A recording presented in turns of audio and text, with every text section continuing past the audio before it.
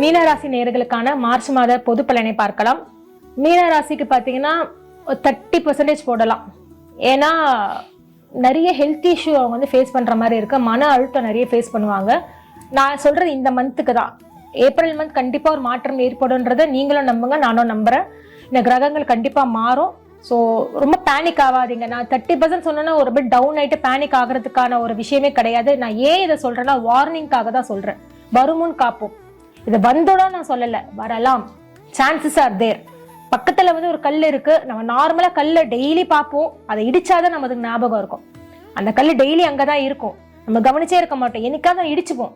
அடுத்த நாள் என்ன பண்ணுவோம், நம்ம அந்த கல்லை கரெக்டா பார்த்து போவோம், இடிச்சிருக்க கூடாதுன்னு சொல்லிட்டு. அந்த ஒரு இடிக்கிறதுக்காக தான் 30% நான் சொல்லி உங்களை இடிக்கிற வைக்கிறேன். ஸோ இனிமேல் நீங்க என்ன பண்ணுவீங்க, ரொம்ப கேர்ஃபுல்லா நீங்க ஹேண்டில் பண்ணுவீங்க. ஓகே, 30% கொஞ்சம் டவுனா தான் இருக்கு, நம்ம அதுல இருந்து எப்படி வெளியில வரலாம் அப்படின்ற ஒரு மைண்ட் செட் வரதுக்காக தான் நான் 30% சொல்றேன். தவிர இதை வந்து ஒரு நெகட்டிவாவோ உங்களை வந்துட்டு நான் வந்துட்டு கீழே டிஸ்அட்வான்டேஜா சொல்றதுனால நீ நினைக்கவே வேண்டாம். ஒரு நல்லதுக்காக தான் சொல்றேன்.